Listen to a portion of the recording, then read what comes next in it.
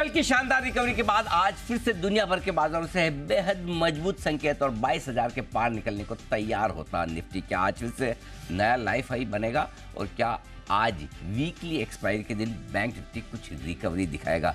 ढेर सारे सवाल जवाब में तैयार। स्वागत है आप सबका शेयर बाजार में। नमस्कार, मैं हूं अनिल सिंह भी। नमस्कार, आपके साथ मैं हूं नेहा आनंद। हमारे मार्केट्स में तो भरपूर एक्शन दिख ही रहा है, नतीजे भी आ रहे हैं और प्राइमरी मार्केट्स में भी यहां पर जबरदस्त एक्शन की तैयारी हो रही है।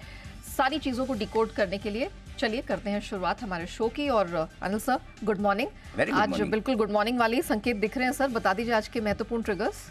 नेहा जी, ट्रिगर्स काफ़ी बढ़िया हैं और सबसे पहले अमेरिका से तेजी के ट्रिगर्स आते दिखे हैं। उम्मीद से बेहतर डाउ का प्रदर्शन रहा है, इसमें कोई डाउट ही नहीं है। वहाँ पर अच्छी तेजी बनती हुई दिखी है। पहला संकेत तो वहाँ से आता हुआ दिखा है। दूसरा संकेत है ब्रिटानिया के नतीजे अनुमान के मुताबिक रहे हैं। आज नतीजों के लिहाज से जो कंज्यूमर कंपनियाँ हैं, ब्रिटानिया के बाद नेस्ले और टाटा कंज्यूमर्स अपने नतीजे पेश करेंगी, उन पर रहेगा फोकस।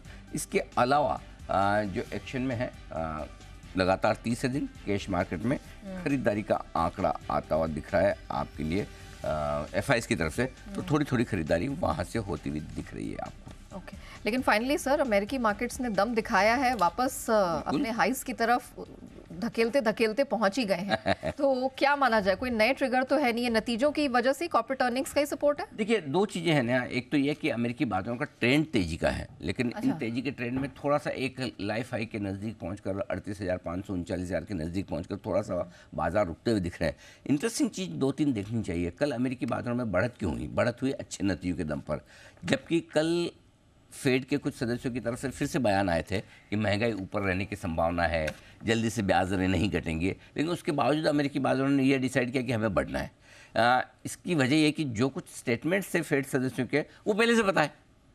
उसमें तो एक दिन पहले ही फेड चेयरमैन ने बोला और उसकी वजह से घट भी चुके थे। तो चेयरमैन के बोलने के बाद दूसरा बोले, इसका मतलब क्या? जब पहले ही मतलब वो बोल गए भाई साहब, तो उसके बाद उनके नीचे वाले कुछ भी बोले तो क्या मतलब? और बोले भी तो सेम ही, कौन सा अलग बोले? इसलिए अमेरिकी बाजारों ने रिएक्शन ही दिया, छोड़ जान दो, ठीक है। अब नतीजे जब बढ़िया आ रहे हैं तो क्यों ना बढ़ा जाए। और फॉर ए चेंज कल पहली बार डाउ ने आउट परफॉर्मेंस की, नहीं तो अब तक नेस्ले के ना नंबर्स के दम पर आगे बढ़ जाता है। तो कल जो बढ़े हैं माइक्रो फैक्टर्स पर, नंबर्स पर बढ़ा है अमेरिकी बाजार, पहली चीज़। दूसरी चीज़ जो ये है कि अमेरिकी बाजारों में भी क्या हो रहा है कि जैसे ही पोजीशन हल्की होती है फिर से उठ जाते हैं। तो एक तरफा घटने का मूड भी नहीं है। टाइम वाइज करेक्शन ज़्यादा है बजाय प्राइस वाइज करेक्शन के, तो थोड़ा सा वक्त बिता रहे हैं। इसमें बहुत तेज़ी या बहुत मंदी के व्यू नहीं है, लेकिन हमारे लिए तो क्या है, अमेरिका ना घटे उतना ही काफ़ी है। और कल अब हम बंद हुए तब तो 60-70 पॉइंट डाउ फ्यूचर्स नीचे थे, उसके कंपेरिजन में 140 पॉइंट ऊपर बंद हो तो हमारे लिए तो कम से कम 250-250 पॉइंट की तेज़ी एक तरह से डाउन ने कर दी, वो हमारे लिए काफ़ी है। सो आई थिंक अमेरिकी बाजार स्टेबल है, रेंज बाउंड है, बायस पॉजिटिव है, लॉन्ग टर्म का, मीडियम टर्म का। शॉर्ट टर्म में टाइम वाइज करेक्शन है, उसमें कभी आपको ऊपर कभी नीचे होते दिखेंगे। दूसरी चीज़ जो इंपॉर्टेंट है वो ये कि रेंज कल लंबे समय बाद अमेरिकी बाजारों की छोटी होती दिखी। आप डाउ की रेंज देखिए, ऐसे देखेगा तो आपको लगेगा इतना वोलेटाइल था मार्केट, देखो बार बार हर आधे घंटे में कभी ऊपर कभी नीचे, कभी देखो चार्ट देखिए। लेकिन एक्चुअली देखो तो मालूम है क्या हुआ, सिर्फ 200 पॉइंट की रेंज।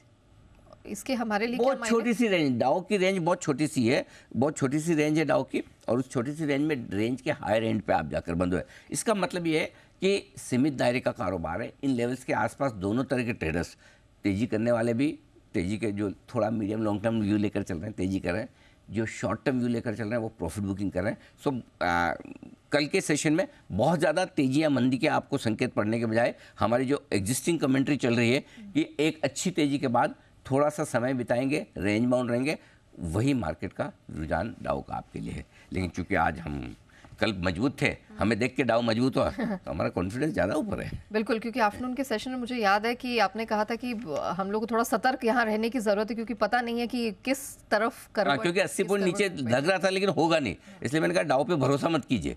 हाँ, जो दिख रहा है वो होगा नहीं, और एग्जैक्टली वही हुआ। दिख रहा था कमजोर, इस वजह से लोगों को लगा कि लॉन्ग लेके जाए ना ले आए, लेकिन देखिए मजबूती से बढ़ के आ गया। इसलिए हमारी राय ये भी थी 320 पे की जो लॉन्ग पोजीशन है उसे छोड़िए मत। लंबे समय बाद निफ्टी आपको बढ़िया क्लोजिंग 21,850 के ऊपर की दे रहा है, वो काम की। तो मतलब अब इसकी कॉर्पोरेट अर्निंग्स आधा तो सीजन खत्म हो गया, चलती रही तो फिर इनके लिए दिक्कत की बात। हाँ, नहीं कोई, which means okay for us. तो सर अब हमारे मार्केट में क्या, अब हम क्या नए ब्रेकआउट की तैयारी में है? क्योंकि शुरुआती संकेत गिफ्ट निफ्टी के बड़े अच्छे रहे, हमारा मार्केट हम में अगर आप खाली मतलब निफ्टी है तो हाँ, अगर आप में हम में बैंक निफ्टी भी घुसा देंगे मैं तो निफ्टी कैटेगरी फिर अलग निफ्टी लेके चल रही हूँ। हाँ, तो निफ्टी तो तैयार है। क्यों तैयार है वो यहाँ समझिए। 24 जनवरी को हमने लो बनाया था 21,137 का, वहाँ से हमने रिकवरी दी। 24 तारीख से अब आप देख लीजिए 2 हफ्ते भी नहीं हुए, ठीक है, और हम आ गए ऊपर। इस बीच में 2 फरवरी को बजट के नेक्स्ट डे हमने 21,853 की क्लोजिंग दी थी, जो इस पूरी रिकवरी के टाइम की लाइफ हाई तो हम बना ही चुके थे 22,126 का 2 पॉइंट से, लेकिन क्लोजिंग बेसिस पे 21,853 का कल जो क्लोजिंग मिली उसके ऊपर की मिली है। तो कल मैं आपको बोल भी रहा था कि एक ब्रेकआउट वाली क्लोजिंग मिल रही है। ये ब्रेकआउट वाली क्लोजिंग आपको एक बार फिर से निफ्टी के लाइफ हाई की तरफ ले जाएगी।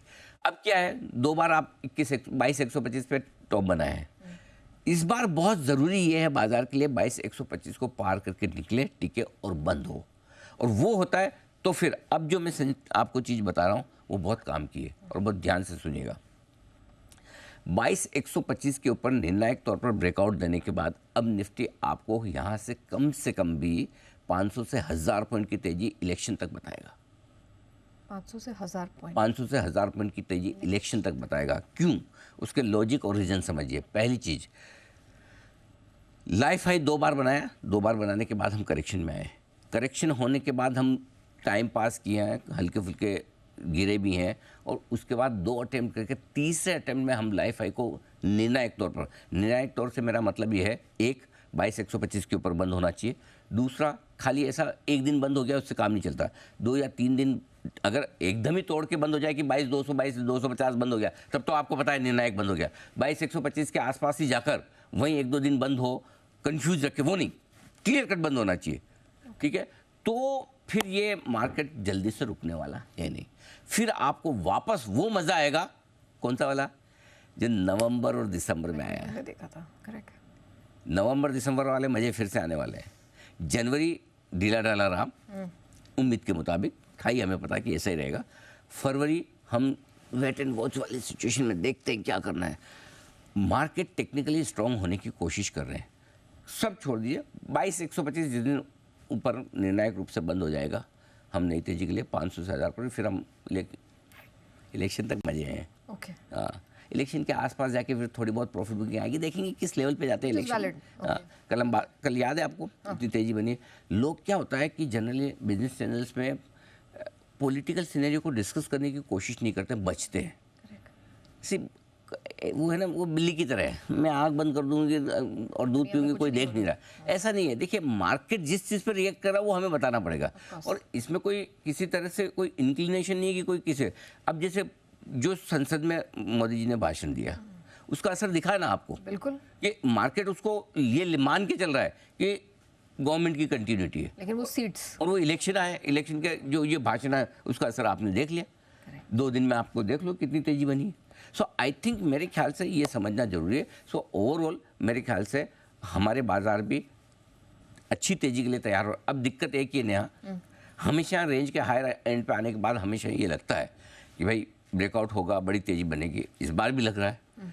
सो हम क्या करेंगे, हम लेवल पे फोकस करेंगे। हमारा लेवल क्लियर कट है 22,125, ठीक है। पार हो गया, टिक गया तो हम चाहिए, नहीं तो हमारे लिए ट्रेडिंग रेंज का ऊपरी एंड है। अगर आप डे ट्रेडर हैं, शॉर्ट टर्म ट्रेडर हैं, एक बार वहाँ प्रॉफिट बुक कीजिए और वापस से इंतज़ार कीजिए। अगर ब्रेकआउट हो गया, एक बार आपका ब्रेकआउट मिलेगा, जब ब्रेकआउट हो जाए तो फुल फ्लेज वापस बड़ी तेजी कीजिए। सिंपल ये फॉर्मूला रखना है। तो इसमें क्या बैंक निफ्टी को पूरी तरह से इग्नोर करूं, या बैंक निफ्टी कोई रोड़ा बन सकता है? बैंक निफ्टी खुद ही चाहता है इग्नोर होना। मतलब बैंक निफ्टी पिछले हफ्ते 3 दिन ऐसा लगा कि बैंक निफ्टी थोड़ा बेहतर करने की कोशिश करा है। तो बैंक निफ्टी ने अभी तक क्या किया है, अभी तक गिरने में लीडरशिप जो उसकी थी उसको रोका था, बढ़ने की लीडरशिप तो फिर भी नहीं आई, ठीक है, और अब भी नहीं आ रही, इस हफ्ते भी बढ़ने में आगे है नहीं। तो मुझे बैंक निफ्टी में दिमाग ही नहीं लगा। भाई मैं तो सिंपल सी चीज़ है, जहाँ आपका पैसा बने वहाँ करो। फिर हमारी स्ट्रेटजी वही है, तेजी करना है निफ्टी में करिए, मंदी का मूड हो बैंक निफ्टी में करिए, जब तक कि कोई क्लियर कट संकेत मुझे आए। अब मुझे अभी एक चीज़ बताओ, कौन है वो जो बैंक निफ्टी को ऊपर ले जाना चाहता है? क्या HDFC बैंक है? ना, मज़ा ही नहीं आ रहा।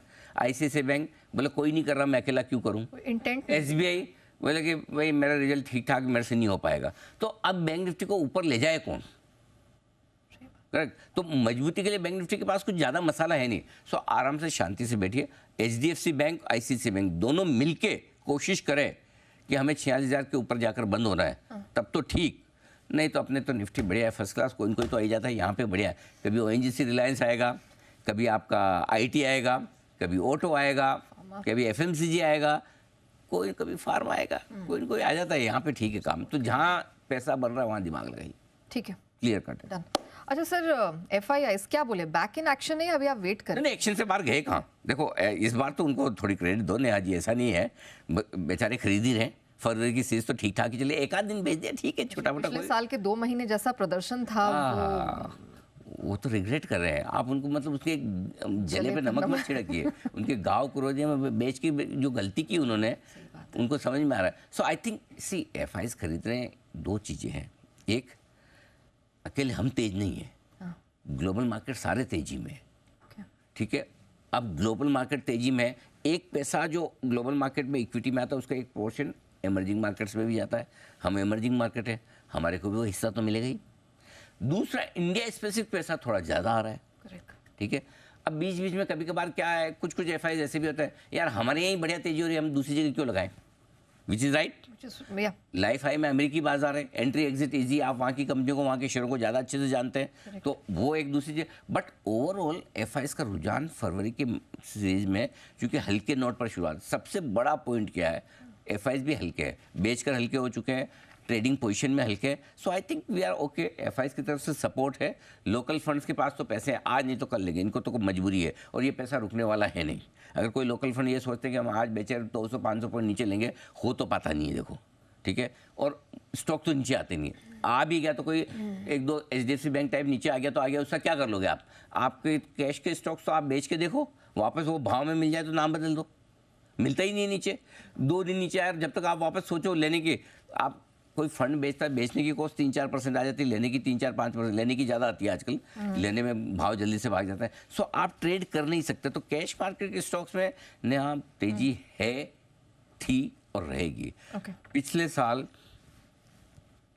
हम मार्च के महीने से बुलिश हुए कैश के स्टॉक्स में, राइट। मुझे याद है मैं कश्मीर छुट्टियों में गया था, उसके पहले बोल के गया था जब तक मैं छुट्टियों से वापस ना आऊँ कोई एक शेयर बेचेगा नहीं।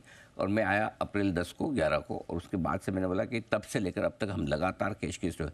मैं बार बार पहले कहता था मिड कैप स्मॉल कैप शेयरों की तेज़ी कुंभ के मेले की तरह है, 12 साल में एक बार मेला भरता है और 12 दिन साल में ये शेयर चलते हैं। इस बार पहली बार ये मेला 12 महीनों के लिए भरा है, पिछले मार्च से इस मार्च तक तेजी में पूरे चल रहे हैं और चलते रहेंगे। इसलिए मैं फिर कहूँगा, कोई भी बोले आपको, कुछ भी बोले कि बहुत बढ़ गए, यूफोरिया है, अनाप शनाप तेजी हो रही है, सुनना मत, सुनना मत। हाथ से शेयर निकल गया, वापस लेके दिखा दो मुझे। अगर आपको लगता है कि नहीं किसी और की सुननी है, उनके बोलने पे प्रॉफिट बुक कर लेना है, बेच देना है, वापस ले लेंगे, 3 स्टॉक में करके दिखाओ मुझे।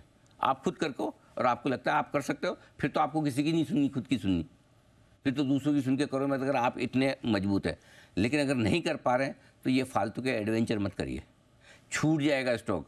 पैसा बनेगा तभी जब इन्वेस्ट करेंगे और दबा कर, कुंडली मारकर पोर्टफोलियो पर बैठ जाएंगे। आपका कुबेर का खजाना है, आप ही को रक्षा करनी है। इससे औने पौने दाम पे बेच देंगे तो देखते रह जाएंगे, अरे यार मेरी ज़िंदगी की सबसे बड़ी गलती मैंने ये की कि मैंने जल्दी बेच दिया। और ये अगर, और ये चीज़ मैं 6 महीने से 9 महीने से बराबर बोल रहा हूँ, क्योंकि अगर नहीं तो आपको हर भाव में लगता है बेच दूँ, हर भाव में लगता है बेच दूँ। किसको लगता था कि सरकारी कंपनी के भाव ये ऐसे हो जाएंगे, और किसको पता है यहाँ से डबल हो जाए। यू नेवर नो, कई सारे स्टॉक्स हो सकते हैं। So I think best policy, hold is our bold call. Okay sir, match तो आपने देखा होगा अंडर 19 वाला? नहीं, कल मैं मिस कर गया, कल देख नहीं पाया। अपैरेंटली रिकॉर्ड 9वीं बार हम फाइनल में आ गए, भारत पहुंच गए, फाइनल में आ गए। मैंने सुना जरूर लेकिन मैच देख नहीं पाया। तो हमारे सारे यंगिस्तान को बहुत बहुत बधाई। उदय और सचिन दास अच्छा खासा कमाल लेना, बहुत बढ़िया, मतलब अच्छे खेले और साउथ अफ्रीका को हराकर। मतलब मैं तो हमेशा ये चाहूँगा कि हमारे जो भी सेमीफाइनल फाइनल आए ना कभी भी, उसमें साउथ अफ्रीका ही चाहिए। उनका जिंक्स है वो जिंक्स है। हाँ, वो बड़े मैच में वो बेचारे है ना मर ही जाते। मेरी सिंपैथी भी है, टीम अच्छी, कुछ प्लेयर्स भी अच्छे हैं, लेकिन खैर ये तो अंडर 19 है, तो बहुत बढ़िया हमारी टीम खेली। तो हमारे नए नए यंग खिलाड़ियों को बहुत बहुत बधाई भाई। जो हमारे बुजुर्गों की नहीं, सीनियर टीम वो फाइनल में हार गई वर्ल्ड कप में। कोई बात नहीं, खेले तो वो भी बहुत अच्छा टूर्नामेंट। एक खराब दिन था, आप अच्छा टूर्नामेंट खेल रहे हैं, जीत के आइए, हमारी शुभकामनाएं। चलिए, तो हमारी अंडर 19 टीम को ऑल द बेस्ट। और लेकिन मार्केट में अब क्या करना है ये भी आगे जान लेते हैं सर। अब बढ़ते हैं आगे, स्ट्रैटेजी आप बताएंगे? सर बिल्कुल बताएंगे, क्यों नहीं बताएंगे, इसी के लिए तो आए हैं हम। जी हाँ जी। Global positive, FI neutral, DI positive, FNO neutral, sentiment positive, trend positive. FIs का न्यूट्रल क्यों दिया है वो थोड़ा सा समझा दूं। 93 करोड़ 93 करोड़ की कैश मार्केट में FIs की खरीदारी है, लेकिन सामने 1890 करोड़ के इन्होंने बेचे स्टॉक फ्यूचर्स। तो नेट स्टॉक फ्यूचर्स में 1800 करोड़ की बिकवाली की है, लेकिन ओपन इंटरेस्ट घट कर आया, तो थोड़ी लॉन्ग पोजीशन में प्रॉफिट बुक किया, इसलिए मुझे डर नहीं है। सामने 567 करोड़ के इंडेक्स फ्यूचर्स खरीदे, तो हल्के से न्यूट्रल से हल्के से नेगेटिव साइड पर कल FIs के डेटा है, नेट मिला के, लेकिन कोई खास चिंता की बात नहीं। 1100 करोड़ की कैश मार्केट में खरीदारी लोकल फंड्स की, तो वापस से एक दिन के बाद बेच के वापस आ गए तो ठीक है, कोई दिक्कत वाली बात नहीं। अब आइए रेंज ले लीजिए। 21,850 21,925 पहला सपोर्ट जोन है जहां पर आप बंद हुए हैं, ठीक है। इसके ऊपर, इसके ठीक नीचे 21,725 21,800 स्ट्रॉन्ग बाय जोन, वो तो आने वाला नहीं आज, अगर आए तो आपको खरीदारी करनी करनी। ऊपर की तरफ 22,000 22,125 लाइफ हाई वाली रेंज है ये। इसको पार करके निकले तो 22,150 के ऊपर निफ्टी ब्लू स्काई जोन में खुला नीला आकाश, बड़े दिनों बाद लिखने का मौका मिला है, खुला नीला आकाश। बैंक निफ्टी 45,375 45,525 कल की रेंज थी, सेम आज भी है, और कल 525 का ही लो बना है। इसको चाहे तो एक काम करो, 45,550 कर दो। 550, हाँ, 25 पॉइंट और ऊपर करना है, 45,550। ठीक है। इसके ठीक नीचे 45,075 45,200 स्ट्रॉन्ग बाय जोन है बैंक निफ्टी पर, ठीक है। ठीक है। हायर साइड पर 45,900 45,975 ये आपके लिए पहली रुकावट की रेंज है। 46,000 को पार करके निकले, ठीक है, तो 46,050 46,300 ऊपर की रेंज होगी। अब आपने नया जी एक चीज़ देखी होगी, मैं 25 पॉइंट पे भी ध्यान रखता हूँ, अगर 25 पॉइंट मुझे लगता है कि चेंज कराना है, जबकि 45,000 की निफ्टी 46,000 पूछने वाली थी व्हाई इज इट क्या है, जब खरीदने का काम करना हो तो रेंज जहाँ से शुरू होती है उससे थोड़ा सा 5-25 पॉइंट ऊपर से शुरू हो जाओ। एग्जैक्टली अपने कोई अर्जुन थोड़ी कि वहीं पे तीर मारेंगे, यही लेवल और इसी पे मैं खरीदूंगा, ऐसा नहीं होता है। तो 5-25 पॉइंट तो थोड़ा है ना, फिर क्या घूम गया तो क्या होता है, अगर समझो आपने 525 डिसाइड किया कि मैं वहाँ करूँ और 550 से घूम गया तो, और फिर होगी निफ्टी बैंक निफ्टी 45,800, इतनी तकलीफ होगी, मतलब जो कमाने में खुशी नहीं होती ना, उससे ज़्यादा तकलीफ नहीं कमा पाने की का गम होता है ना। ये लाइफ में बड़ी ट्रेजेडी है, हाँ, बड़ा दुख होता है। तो उस दुख से बचने के लिए 25 पॉइंट। अब देखो एक सिंपल सी चीज़ समझिए, अगर समझो आपने 45,525 के बजाय 45,550 में खरीदा और आपका सौदा हुआ खराब, स्टॉप लॉस ट्रिगर हो गया, तो क्या होगा, 25 पॉइंट ही एक्स्ट्रा गए ना, जो तो जाने हो तो जाने ही है।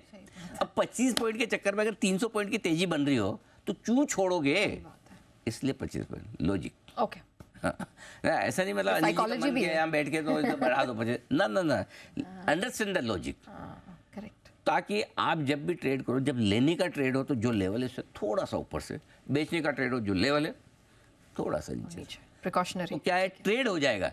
ट्रेड होना इंपॉर्टेंट है, नहीं हुआ तो क्या करोगे, इसलिए। और अगर खराब होना ही है तो 25 एक्स्ट्रा दे दो भाई, है ना, बस उतना ही सिंपल। आइए हायर साइड पे 45,900 975 46,050 46,300 प्रॉफिट बुकिंग जोन, यहाँ पर आए तो थैंक यू वेरी मच, जितना है सब ले लेना, बाद में देखेंगे। इसके ऊपर खुल के बंद होगा नया ब्रेकआउट, तब बैंक निफ्टी में देखेंगे। Done sir. FIs की index long position 37% comfortable, put call ratio Nifty का कंफर्टेबल है। बैंक निफ्टी का आज वीकली एक्सपायरी 0.67 हाँ, अब यहाँ पे एक चीज मुझे आपसे बात करनी है, बैंक निफ्टी के लिए आज मेक और ब्रेक दिन है। ओके, मूड बदल रहा है मार्केट का, बैंक निफ्टी बहुत हल्का है, शॉर्ट पोजीशंस हैं, क्वांटिटी कम है रेशियो के हिसाब से, और आज वीकली एक्सपायरी है। बैंक निफ्टी में आज आपका ट्रेड बहुत सावधानी वाला होना चाहिए। Okay, aggressive shorts aggressive longs दोनों से बचिए, और आपको करना है क्वांटिटी कम, क्योंकि आज बैंक निफ्टी है ना आपको चक्कर दे सकता है, आज इसका दिन है चक्कर देने का। अच्छा, हाँ, दोनों साइड पे। हाँ, लोग बहुत मंदी में आएंगे तो ये नीचे खुल के जोर से बढ़ जाएगा, लोग तेज़ी में ज़्यादा आ गए तो एक बार ऊपर से अच्छे से प्रॉफिट बुकिंग भी देगा। सो बैंक निफ्टी के लिए आज थोड़ा बड़ा दिन है, लेकिन अभी तक का ट्रेंड जो मंदी का है, अगर इसको चक्कर देना है तो मंदी के ट्रेंड से आज एक सरप्राइज पॉजिटिव मूव दे सकता है, और अगर आज नहीं दिया तो फिर इसमें तो बेकार तो था ही है और रहेगा। इसलिए बैंक निफ्टी पे ज़्यादा खास तौर से जो बैंक निफ्टी के ट्रेडर्स हैं सतर्क रहें, सावधान रहें आज के लिए दोनों साइड। ठीक है। निफ्टी पर स्टॉप लॉस 21,700 इंट्राडे क्लोजिंग एक ही स्टॉप लॉस है। बैंक निफ्टी पर 45,500 इंट्राडे 45,350 क्लोजिंग। कल का भी 45,500 का स्टॉप लॉस दिया था नेहा जी, 45,521 से घुमा है। स्टॉप लॉस तो इतना आज्ञाकारी है बैंक निफ्टी, बिल्कुल मानता है। ठीक है, क्लोजिंग शॉर्ट साइड पे 22,025 का स्टॉप लॉस है निफ्टी का इंट्राडे क्लोजिंग। बैंक निफ्टी का 46,050 इंट्राडे क्लोजिंग 46,200। ठीक है। बैंक निफ्टी के स्टॉप लॉस में कोई किसी तरह की छेड़छाड़ नहीं करेगा, यही रहेंगे ये। निफ्टी में आपको चाहिए तो आपकी मर्जी, कम ज़्यादा करना कर लीजिए। सर नई पोजीशन खरीदे निफ्टी 21,800 के स्टॉप लॉस के साथ, टारगेट 21,975, 975, 22,000, 22,025 से 3 छोटे टारगेट है। इस यहाँ पर कहीं खुलेंगे हम, खुलने के बाद देखेंगे कि और ताकत बनती क्या। 22,025 के ऊपर टिका, शॉर्ट कवरिंग ट्रिगर करेगा, ऊपर में 22,100, 22,125 लाइफ हाई है। 22,150 के पार निकल कर टिके तो ब्लू स्काई जोन में निफ्टी चला जाएगा, तब अपनी लॉन्ग पोजीशन को होल्ड करें, ट्रेल करते चले स्टॉप लॉस को, ये आपके लिए निफ्टी। परफेक्ट। जो लोग बेचना ही चाहते हैं कि मैं घर से कसम खा के निकला था, बिना बेचे वापस नहीं आऊँगा निफ्टी, उनके लिए ये रेंज है 22,075, 22,125। इस 50 पॉइंट के रेंज में आखिरी चांस ले लीजिए बेचने का। क्लियर है? 22,150 का स्ट्रिक्ट स्टॉप लॉस होगा, यानी 50-75 पॉइंट से ज़्यादा का नुकसान आपको करना नहीं है। ट्रिगर हो जाए तो गलती हो गई, लाइव ब्रेकआउट मिल रहा है, हम बेच के और डबल कर लेंगे लॉन्ग अगर हमें कंफर्मेशन आ जाती है। ये धारणा के साथ आपको बेचना है। नीचे के टारगेट जो बनेंगे 22,025, 22,000 दो छोटे टारगेट, 21,950, 21,925 और 21,900 तक के टारगेट देख लीजिए। टारगेट भी ज़्यादा लंबे नहीं दिए, 1% नीचे तक के ही है, बस इससे ज़्यादा नहीं। ओके, चलिए मैं एक बार रिकैप कर देती हूँ। सर ने जो सेल की यहाँ पर पोजीशंस दी हैं वो ज़रा सामने रख देती हूँ। 22,075 से 22,125 ये सर ने रेंज दी है। स्टॉप लॉस 22,150, टारगेट 5 है 22,025, 22,000 ये इवेंचुअल, और उसके बाद 21,950, 925 और 900। सर बैंक निफ्टी खरीदारी करने की राय है 45,375, 45,550 रेंज में बैंक निफ्टी को खरीदना है। 45,200 का होगा आपका स्टॉप लॉस। ठीक है, टारगेट जो बनेंगे 45,625 और ऊपर का टारगेट होगा 45,700, दो छोटे टारगेट है।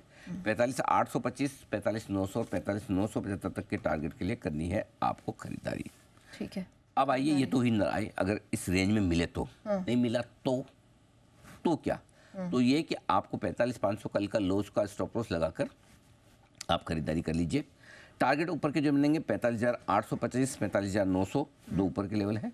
46,050, 46,175, 46,300 तक के लेवल है। 46,300 के ऊपर तो बल्ले बल्ले हो जाएगी, फिर तो बैंक निफ्टी भी बहुत डांस करेगा एकदम मस्त, वापस से 47,000 की तरफ जाने की तैयारी। जो लोग बेचना चाहते हैं उनके लिए रेंज है, एग्रेसिव ट्रेडर्स ही बेचे, बाकी ना बेचे। 45,975, 46,175 इस रेंज में आपको दो टुकड़ों में बेचना है, एक 45,975 और दूसरा 46,175 पर। स्टिक स्टॉप लॉस 46,300 का होगा।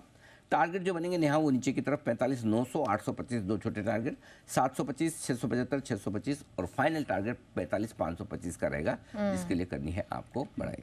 ओके, तो ये है आपके लिए बड़ी बैंक निफ्टी में ऊपर की लेवल पे बिकवाली की राय। ऑलराइट सर, साथ ही एफएनओ बैन अपडेट भी दे देते हैं। अपडेट छोड़ दीजिए, एफएनओ बैन में कोई खास ऐसा नहीं। आइए इससे पहले कि हम एक बार एक काम करते हैं, इससे पहले कि मैं आपको रिजल्ट रिव्यू और कुछ स्टॉक्स भी दूं, एक बड़ी खबर जो इस वक्त आती है, देखिए बिग ब्रेकिंग जो आती दिख रही है। ब्रोकर का संगठन एनएससी ब्रोकर्स का संगठन है ANMI, association of NSE members of India, ये वायदा कारोबार में ट्रेडिंग घंटे बढ़ाने पर सहमत हो चुके हैं। जो इस पूरी खबर की डिटेल्स है हमारे वरिष्ठ सहयोगी ब्रजेश कुमार के पास। ब्रजेश, बताइए क्या डेवलपमेंट हुए? बिल्कुल, 2 फरवरी को एनमी के बोर्ड की मीटिंग हुई थी, जहां पर इन प्रिंसिपल ये इस बात पर सहमति बन गई है कि जो इंडेक्स के डेरिवेटिव हैं उनके लिए जो समय बढ़ाने का प्रस्ताव था एनएससी का, उस पर जो है एनमी का बोर्ड इन प्रिंसिपल लेवल पे सहमत हो गया है। तो और इसके बाद जो है अब नेक्स्ट कदम जो होगा वो ब्रोकर्स का जो इंडस्ट्री स्टैंडर्ड फोरम है, जल्दी उसकी मीटिंग होगी, वहां पर इस बात को रखा जाएगा और उसके बाद फिर सेबी को चिट्ठी लिखी जाएगी कि वो इस प्रस्ताव को लेकर के सहमत हैं। लेकिन जो एनमी की तरफ से जो शर्त होगी वो शर्त ये होगी कि ऑपरेशनल किसी भी तरह की दिक्कत जो है ब्रोकर्स को नहीं आनी चाहिए अगर ट्रेडिंग के घंटे बढ़ाए जाते हैं। तो जो 6 से 9 के बीच का जो इंडेक्स केवल इंडेक्स के डेरिवेटिव की ट्रेडिंग के लिए समय होगा, इसको लेकर के एक्सचेंजेस को ये पक्का करना होगा कि ब्रोकर्स को किसी भी तरह की कोई ऑपरेशनल दिक्कत नहीं आए।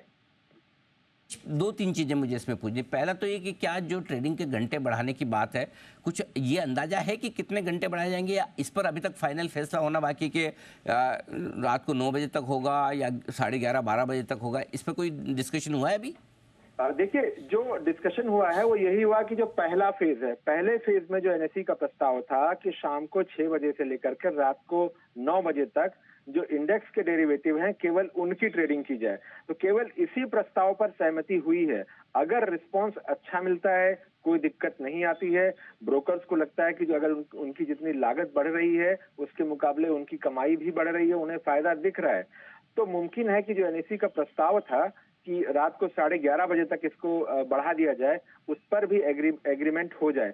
लेकिन एक बार में सीधे रात को 11:30 बजे तक जाने की बजाय सहमति इसी बात पर बनी है कि शाम को 6 से 9 बजे तक के लिए ही खोला जाए, और बाद में जैसा रिस्पांस होगा उसके आधार पर उस वक्त तय किया जाएगा कि घंटे बढ़ाने हैं या घंटे नहीं बढ़ाने हैं। लेकिन बेसिक शर्त जो ब्रोकर्स की तरफ से यही है कि एक्सचेंजेस पूरा सहयोग देंगे, किसी भी तरह की कोई दिक्कत आती है तो अनावश्यक पेनल्टी और दूसरी जो चीजें हैं वो उनके सिर पर नहीं आनी चाहिए, और उनको कामकाज में इस ट्रेडिंग के बढ़े हुए घंटे को के बीच में जो उनको दिक्कत आती है किसी तरह की, वो दिक्कत नहीं है। ब्रजेश, दूसरी चीज जो ट्रेडिंग बढ़ाने की बात है, आपने कहा वायदा कारोबार की होगी। वायदा कारोबार में क्या सिर्फ इंडेक्स फ्यूचर्स या इंडेक्स ऑप्शंस भी खुल सकते हैं? इस पर कोई जानकारी नहीं, अभी जो टर्म इस्तेमाल किया गया है वो इंडेक्स डेरिवेटिव कहा गया है। अब उसमें जिस चीज को लेकर भी उनका कंफर्ट होगा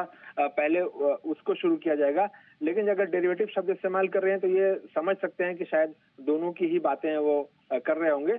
लेकिन इस पर और सफाई अभी जो है वो आएगी जब ब्रोकर इंडस्ट्री फोरम में इस बात को लेकर चर्चा होगी कि क्या होना चाहिए, किन किन चीजों की ट्रेडिंग के लिए सहमति, बाकी ब्रोकर्स भी उस पर अपनी राय क्या रख रहे हैं, उसके बाद जो है पूरी तस्वीर साफ होगी। तब तो ब्रजेश ये भी अभी क्लियर नहीं होगा कि जब इंडेक्स डेरिवेटिव्स में ट्रेडिंग शुरू होगी शाम को, तो वो फिर सिर्फ निफ्टी में होगी, बैंक निफ्टी में होगी, मिड कैप जितने जितने इंडेक्स ट्रेड हो रहे हैं सब में होगी, क्योंकि 6 इंडेक्स अभी आपके ट्रेड हो रहे हैं जिन वीकली एक्सपायरी वाले, सब में होगी, या निफ्टी बैंक निफ्टी में होगी, वो देखने वाली बात होगा, या सेंसेक्स बैंक एक्स में होगी, वो देखने वाली बात है। तो चलिए, लेकिन ये बड़ा डेवलपमेंट होता हुआ दिख रहा है जिस पर ब्रजेश हमारे संवाददाता पूरी नज़र बनाए हुए हैं। सबसे पहले आपको ये खबर इस वक्त मिलती हुई जी बिजनेस पर, इन प्रिंसिपल अप्रूवल ब्रोकर्स की तरफ से आते दिख रहे। तो फाइनली एनमी जो पहले काफ़ी इसके लिए नानुकुर कर रहा था, ये नहीं बड़ी मुश्किल होगी, क्योंकि हमने एनमी के टॉप जो पदाधिकारी हैं उनसे हमने बात भी की थी। उनका ये कहना था कि 90% ब्रोकर्स हैं उससे ज़्यादा जो ट्रेडिंग आवर्स बढ़ाने के पक्ष में नहीं है। लेकिन लगता है कि अब अल्टीमेटली जब एक्सचेंजेस और बाकी सारे लोग अगर ट्रेडिंग आवर्स बढ़ाना चाहते हैं तो लगता है एनमी फाइनली उनकी इच्छा को मानने के लिए तैयार होता दिख रहा है। अब रहा सवाल ये कि 2-3 चीज़ें हैं इसमें। एक, बैंकिंग सिस्टम कितना आपके लिए मजबूत हो सकता है राउंड द क्लॉक, ताकि अगर मार्जिन्स की रिक्वायरमेंट, सपोज रात को 11:30 बजे आपकी ट्रेडिंग खुली है और अचानक से इंडेक्स ऊपर या नीचे हो गया, कुछ हो गया, मार्जिन की रिक्वायरमेंट, बैंक बंद है, तो क्या करोगे? एग्जैक्टली कुछ वो इंफ्रास्ट्रक्चर आपका रेडी है या नहीं। प्लस कई बार ये कि ब्रोकर को या तो स्टाफ डबल रखना पड़े, नहीं तो अगर छोटी छोटी चीज़ों पर आजकल पेनल्टी आती है एक्सचेंजेस की तरफ से, उसका क्या होगा। तीसरी चीज़ ये कि सिर्फ इंडेक्स के फ्यूचर्स होंगे, ऑप्शंस होंगे। अब लोग ये भी कहते हैं कि इंडेक्स के फ्यूचर्स आप ट्रेड करें, लेकिन अंडरलाइंग एसेट्स तो ट्रेड नहीं हो रही, तो क्या निफ्टी वगैरह या जो है वो स्टॉक्स भी ट्रेड होंगे? ये सारी चीज़ें, बहुत सारी चीज़ें हैं जो धीमे धीमे होंगे, लेकिन ट्रेडिंग आवर्स बढ़ना ये एक रियलिटी है जिसकी तरफ मार्केट अब तेज़ी से आगे बढ़ रहा है। आइए रिजल्ट रिव्यू और उसके बाद stock of the result review का भी बोल चलिए।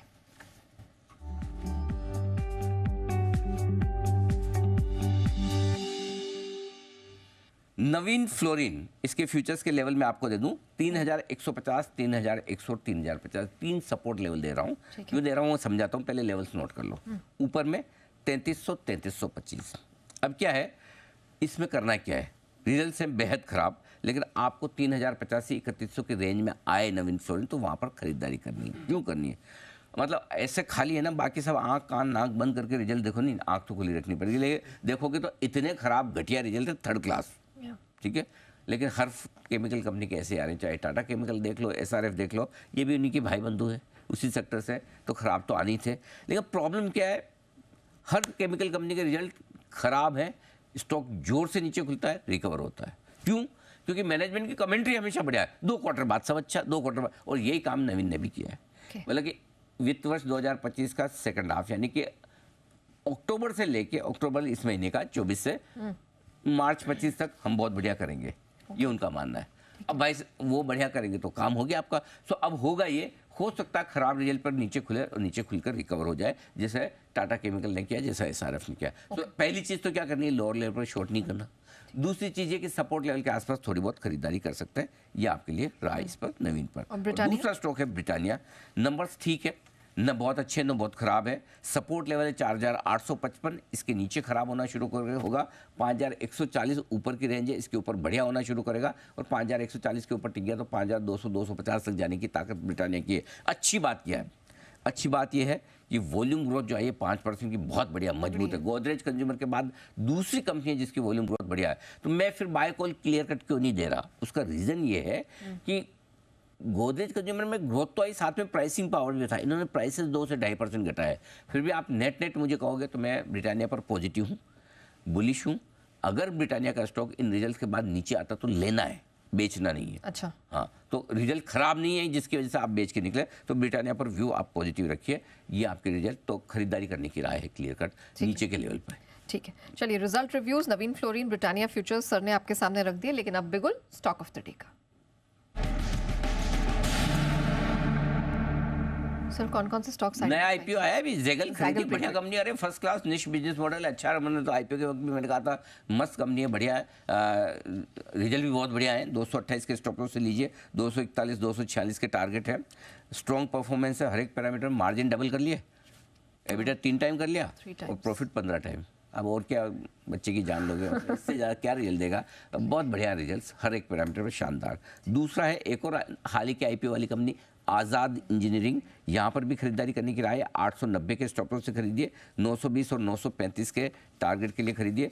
यहाँ पर भी परफॉर्मेंस बहुत स्ट्रॉन्ग आई है, हर एक पैरामीटर पर बहुत बढ़िया नंबर्स दिए हैं। और मजे की बात है कि स्टॉक कल ये 3.5% नीचे बंद हुआ है, 5 दिनों में भी कमज़ोर है।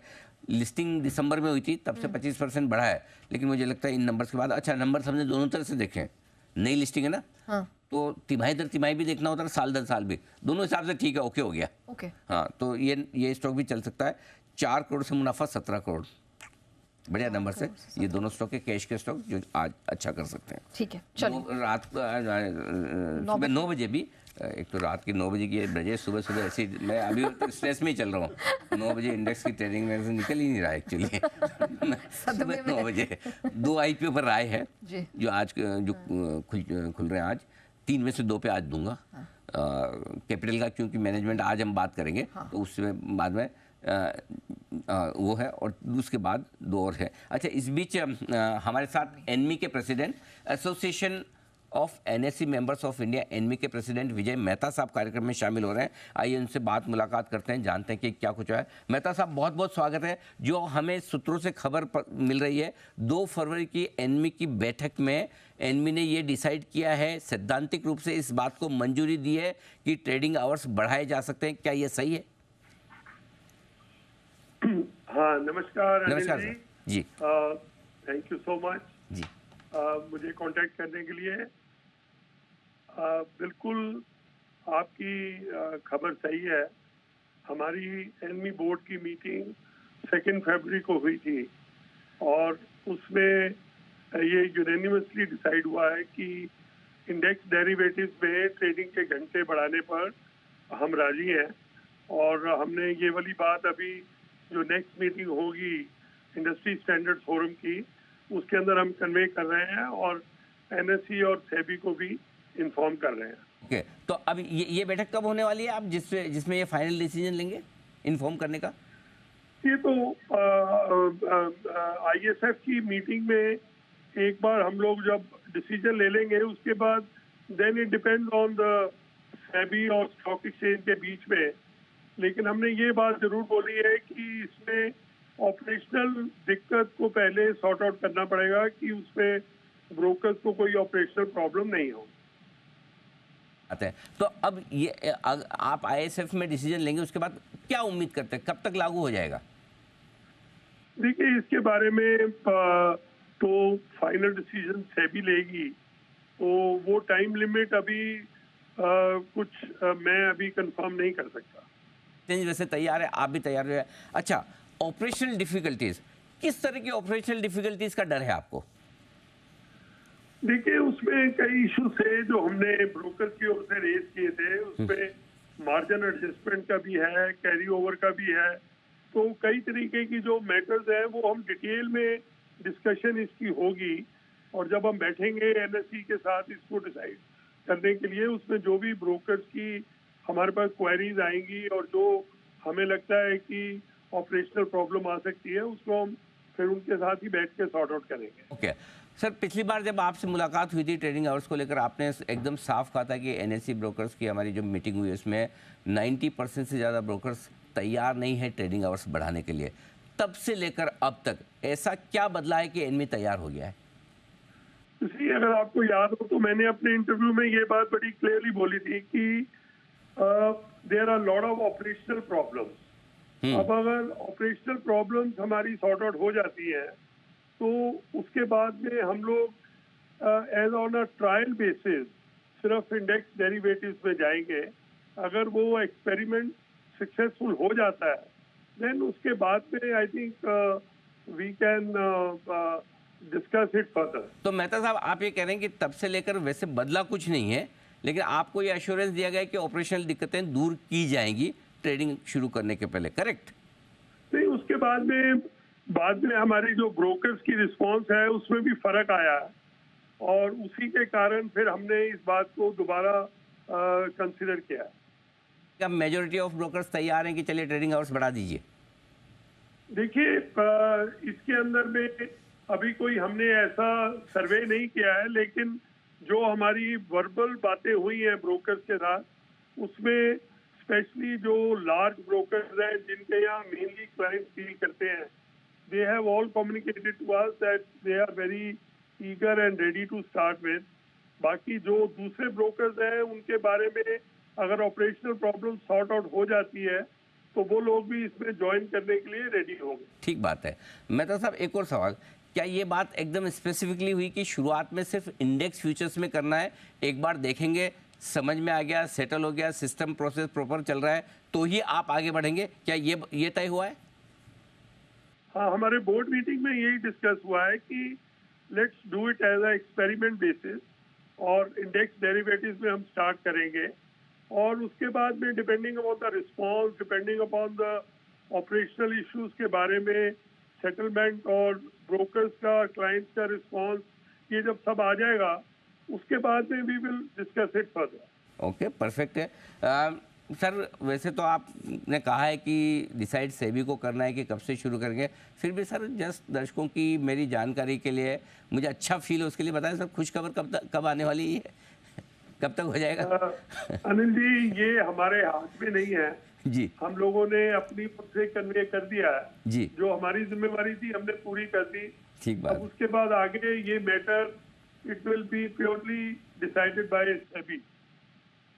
मेहता साहब, बहुत बहुत धन्यवाद आपका समय देने के लिए और विस्तार से बताने के लिए एनमी की पोजीशन इस पूरे मामले। अच्छा, एक और सवाल याद आ गया, तो इसमें एनमी के साथ बीएससी ब्रोकर्स फोरम, बीबीएफ और बाकी जो भी ब्रोकर्स एसोसिएशन वगैरह जो है आपकी संस्थाएं हैं, इन सबसे बातचीत होने के बाद ये फाइनल डिसीजन हुआ है sir?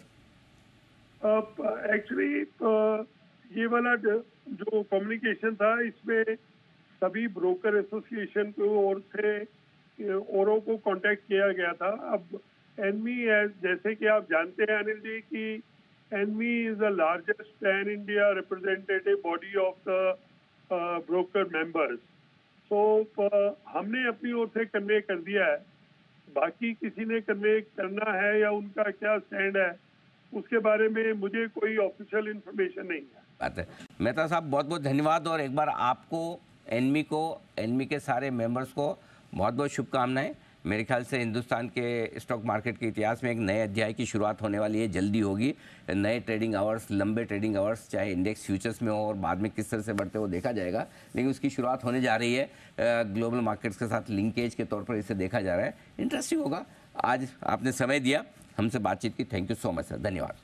Thank you very much. Thank you sir. किस तरह की क्लैरिटी, अब क्या हम लोग उस फेज में क्या कहते हैं, श्री गणेश की तैयारी कर रहे हैं? यार ये जल्दी है, अब देखो खेलो इंडिया खेलो बढ़िया, मतलब रात को 9 बजे तक आशीष बिजी रहेंगे, उसके बाद कुछ और कोई और बिजी रहेगा।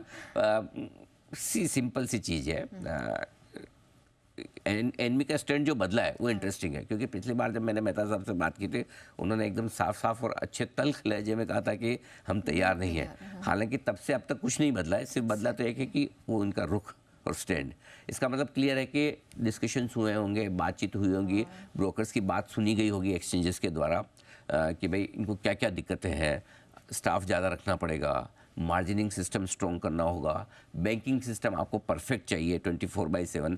बहुत सारी चीज़ें हैं जिनसे कि अगर आप ट्रेडिंग तो कर रहे हो, लेकिन ट्रेडिंग वो वैसा ही ना जैसे हम बैठ के शो कर रहे हैं, बड़ा आसान लगता है सबको, क्या अनिल जी बोल रहे हैं, नेहा जी बोले, लेकिन पीछे हमारे कितने लोग लगे हैं जो शो को स्मूथ बना रहे हैं, जीरो डिफेक्ट पे बिना किसी गलती के एरर फ्री कर रहे हैं। करेक्ट। उसमें जो मेहनत लगती है ना वो किसी को दिखती नहीं है। वही चिंता एनएससी मेंबर्स की थी। तो मतलब इन्हें टाइम अभी ट्रेडिंग लगेगा, करना ट्रेडिंग हो रही है, लेकिन संभाले कौन? और अच्छा समझो आपको शिफ्ट एक्स्ट्रा करनी है, लगाना है, स्टाफ लगाना है, करना है, तो क्या वाकई में उतनी फ़ायदा है क्या? दूसरी बात है बड़े ब्रोकर्स के लिए बड़ा अच्छा है, जो टेक्नोलॉजी ड्रिवन है, कोई डिस्काउंट ब्रोकरेज टेक्नोलॉजी पर, उनकी तो ठीक है, क्या छोटे ब्रोकर कर पाएंगे? मर जाएंगे। सही बात है। ठीक है, तो ये सारी चीज़ें हैं जो एनएससी मेंबर्स की, बाकी ब्रोकर्स की चिंताएं थी, इन पे डिस्कशन हुए होंगे, राय निकली होगी। अब एग्जैक्टली क्या कैसे क्या हुआ है वो तो समय बताएगा, लेकिन ओवरऑल ठीक है। चलो हम एक अलग उसकी भी क्लैरिटी नहीं, जो कहा कि ऑपरेशनल इश्यूज आएंगे, उसकी भी कोई गाइडलाइन, मतलब उस पर भी तो वर्क करना पड़ेगा ना कि होगा वो किस तरह की इश्यूज अब होंगे, ये जब देखते हैं फाइनल आउटकम तब किस तरह का आता है, इस पर रहेगी नजर। आइए तब तक जल्दी से एक बार खबरों वाले शेयर जान ले। ट्रिगर्स बताने के लिए तैयार, कौन बताएगा? कुशल बताइए जल्दी से।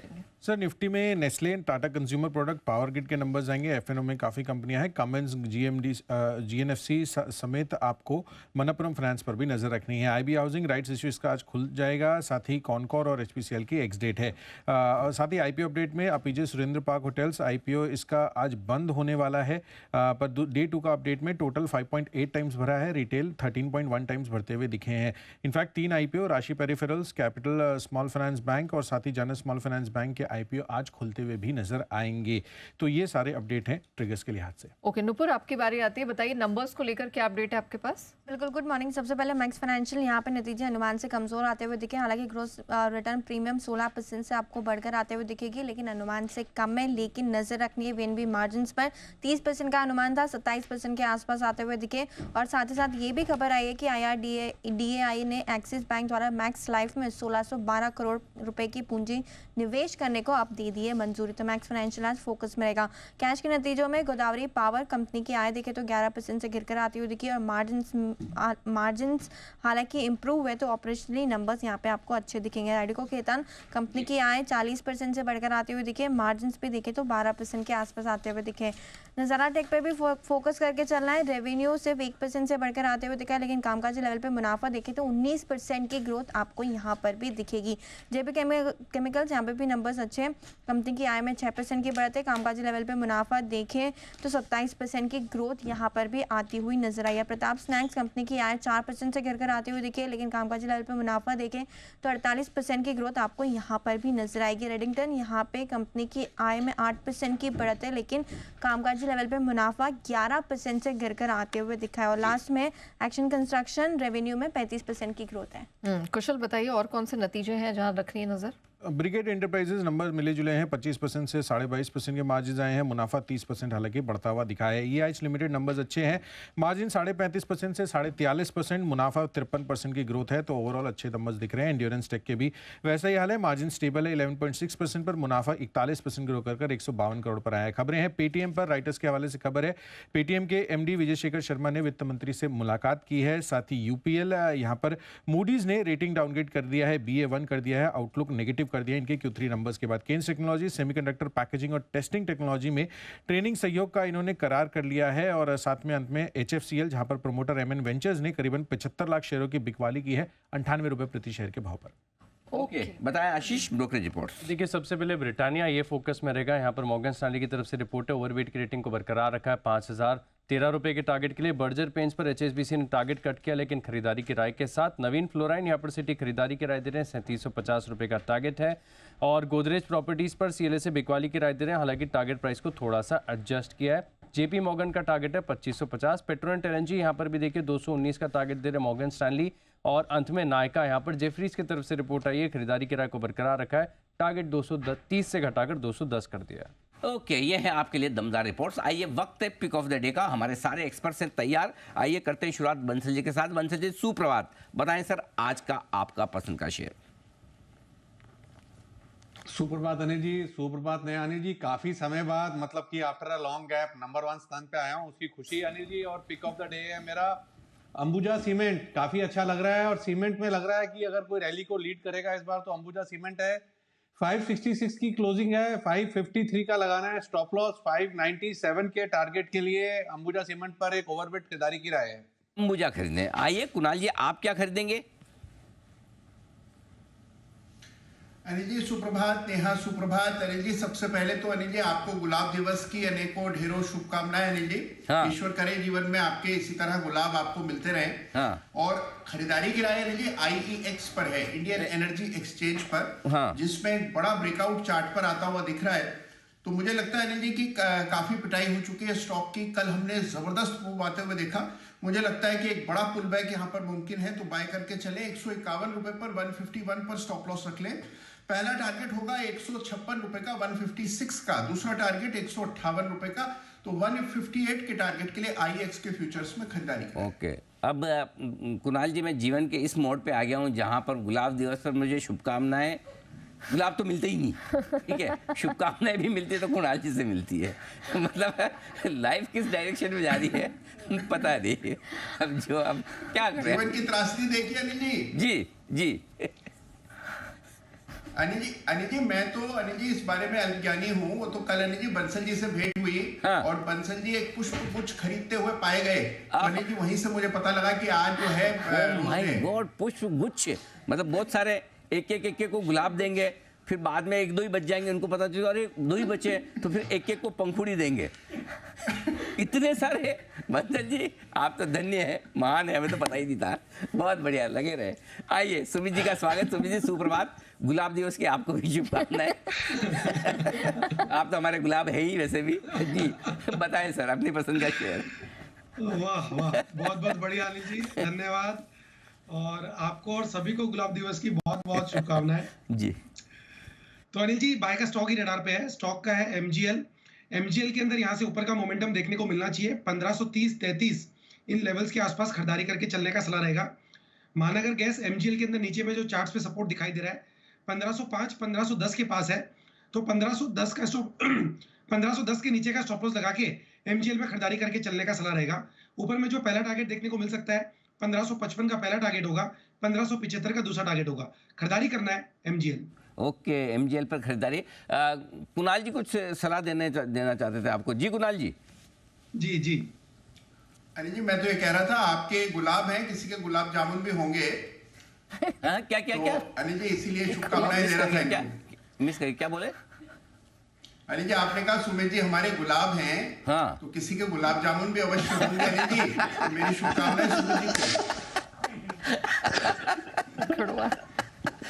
लेकिन अच्छा, एक चीज आपने देखा है, कई बार हमें ना कोई एक्सक्लूसिव स्टोरी करते हैं, कोई बड़ी खबर करते हैं, तो हम कंपनी से या जिसकी भी खबर है हम उनको वो भेजते हैं लिख के कि हम ये स्टोरी करने जा रहे हैं, आपका क्या व्यू है।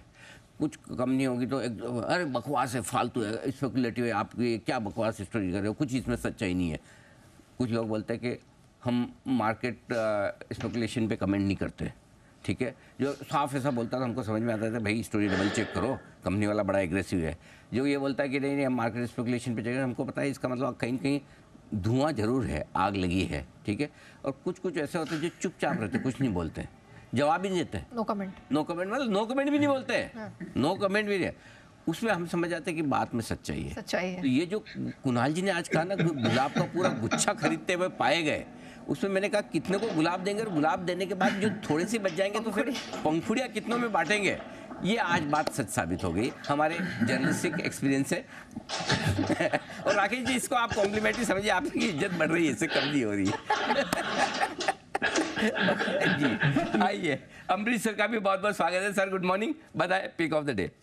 Good morning Anand ji, good morning Neha. Pick of the day है बाटा इंडिया। ये लार्जेस्ट रिटेलर और लीडिंग मैन्युफैक्चरर है फुटवेयर का अक्रॉस सेगमेंट्स, मेंस, वुमेन्स और किड्स। 2 साल पहले इन्होंने स्नीकर सेगमेंट में एंट्री ली थी, टारगेटिंग मिलेनियल्स, और ये काफ़ी बड़ा सेगमेंट है। डिस्ट्रीब्यूशन नेटवर्क है इन मोर देन 1500 टाउन्स और करीब 1835 रिटेल स्टोर्स हैं। एक्सपैंड कर रहे हैं टीयर 3, टीयर 4 में थ्रू फ्रेंचाइजी रूट, और टारगेट कर रहे थे करीब 500 franchises bye end of FY24, पर ऑलरेडी इन्होंने 509 फ्रेंचाइजी स्टोर्स खोल चुके हैं। Q3 में रेवेन्यू फ्लैट था, पर ग्रॉस मार्जिन्स इंप्रूव हुए नियरली 119 बेसिस पॉइंट्स टू 56%। तो ओवरऑल FY24 का इंक्लूडिंग Q4 का जो एक्सपेक्टेशन है, अर्निंग्स शायद फ्लैट रहेगा टू नेगेटिव, और इसलिए हम लोग देखा है कि ये स्टॉक ने अंडर परफॉर्म किया है। हाउएवर बैलेंस शीट देखें तो काफ़ी हेल्दी है, डिसेंट कैश है बैलेंस शीट पे, नेगेटिव वर्किंग कैपिटल साइकिल है, और इनपुट कॉस्ट भी कम हो रहे हैं, तो मार्जिन इंप्रूव करेंगे आगे जाके। कल इन्वेस्टर कॉल था, मैनेजमेंट वाज क्वाइट अपबीट, तो FY25 में मुझे लगता है कि will see a good earnings bounce back, और FY26 का जो एक्सपेक्टेड EPS है मेरा 38 का है, और इससे मेरा टारगेट प्राइस बनता है 1900। तो बाटा खरीदें, ये राय अमरीश सर की।